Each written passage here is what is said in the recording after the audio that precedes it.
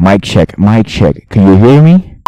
Right, everybody, what is going on, guys? It's your boy Franco Arafo, and welcome back to a brand new video. In today's video, guys, I'm just testing new things for you guys. I'm actually going to show you guys how to edit your photos at your own phone, whatever phone you got, specifically on iPhone. I was just wondering that a lot of people don't know how to edit their photos on their phone, and they usually pay for somebody to actually edit their photos. And I'm gonna show you guys how to save your money for future stuff. Yeah. Alright guys, so first off everything, obviously you need to download this application that I'm going to be showing you guys so you can edit your photos very easily, very friendly used to do, guys. Everything that I'm going to be showing you guys, it is free.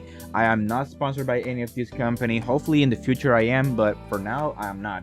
Anyway guys, so the first one is called Lightroom. Done downloading, so go ahead and open the Adobe Photoshop Lightroom. So anyway guys, once you open the app, it's gonna show you all your photos that you have in your Lightroom account. If you have Lightroom in your PC, probably you're gonna have all your photos shown over here on your. So over here guys, in the application, you can see over here down below all the options you got for edit your photos, you know, for start editing your photos. So in the lights, basically you are controlling the shadows, you're controlling the exposure, the highlight, the contrast, the whites and the black. So the exposure, basically it manages basically how bright your image is going to be, but obviously it is a very bad method for editing, because if you put too much, it's gonna look horrible. And if you obviously go down below, it's gonna look pretty, depending on what situation you got, guys. But over here, pretty balanced, to be honest.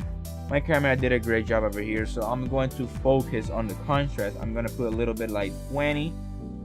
Highlights, obviously guys, the highlight controls this area over here. You know, the face of the woman right there, it shows some highlights on the face and some shadows, if you can see. So in the highlights, I am going to put a little bit down so I can show more of the background. And because if I put it all the way, you can see how the background is getting like way brighter, so you don't want that, guys. And in the shadows, I'm going to, obviously the shadows is explained by itself. The shadows, if I go all the way up, I'm going to expose every single shadow on the image. If I go down, I'm going to darkness those areas. So it's basically basic.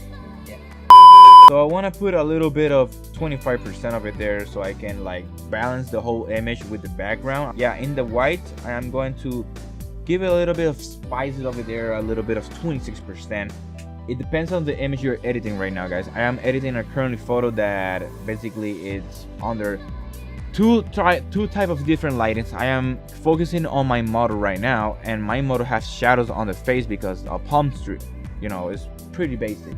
So yeah, blacks, I am actually going to put it about 50% right there, and that's pretty much it in the light situation of the photo.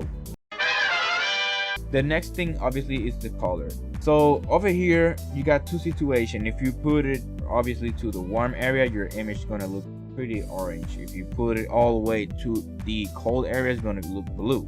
Next thing you want to go is to the tint. The tint is pretty much the color. You can see the colors if there's purple or green. Anyway guys, so moving on, we got the vibrance and the saturation. The vibrant is going to spice the colors by a lot, or just give it a really almost black and white situation over here. Normally what I do over here is I go negative 12% over here, and I go positive 12% on vibrance.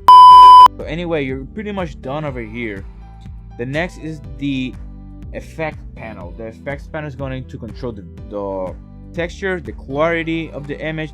So over here in texture, I'm just going to spice it a little bit to 10%, 9-10%, and in quality, clarity, I'm going to do the same, guys. Nothing more than that. The haze, I'm not gonna touch that, guys. That vignette, man, shut your bitch ass. That word's really complicated for me, guys, so I'm not gonna spell that. This will give you like a circle around the image that it will dark the surrounding of the image, so you can focus more on the subject. So over here, guys, it will show you the grain. A lot of people use grain on their image. That gives you like a cinematic look on the image. It's kind of cool, to be honest, but I'm not gonna use it right now. You gotta go ahead and details. The details, guys, it's self-explanatory. It will help you to get more sharpening to your image so it looks more clear. So over here you got noise reduction. If your image is too noisy, you want to give it like a little bit of 17 to 20%, not much than that, because then the image is going to look a little bit fake, so you don't want that, obviously, guys. Anyway, guys, moving on. Over here we got the optics. If you're editing a photo that it comes straight from a camera, you want to use this, guys. Chromatic aberration is pretty much it's pretty much showing on the corners. In this image we don't got a lot of that, because it was a pretty cool, pretty high quality image. Enabling lens correction is basically pretty much is correcting how the image. You shut your bubblegum dumb looking ass the Without enabling lens correction, it looks kind of wide looking. I'm not going to explain that. Basically, wide is like a wide image. It looks like kind of circular on the image. So it's correcting that. If you can see, it looks more flat. But for me, I don't really like it because it is like faking how the model is looking through my lens, through the lens that I'm using right now. This is not okay. This needs to stop now. This is cancer. This is so much cancer that I can feel the tumors growing on my back. And obviously, my favorite thing, guys, the presets. I use a lot of presets. I'm going to be honest with you guys. You can see over here I got user presets and I got all these presets. Look at, I got my own too.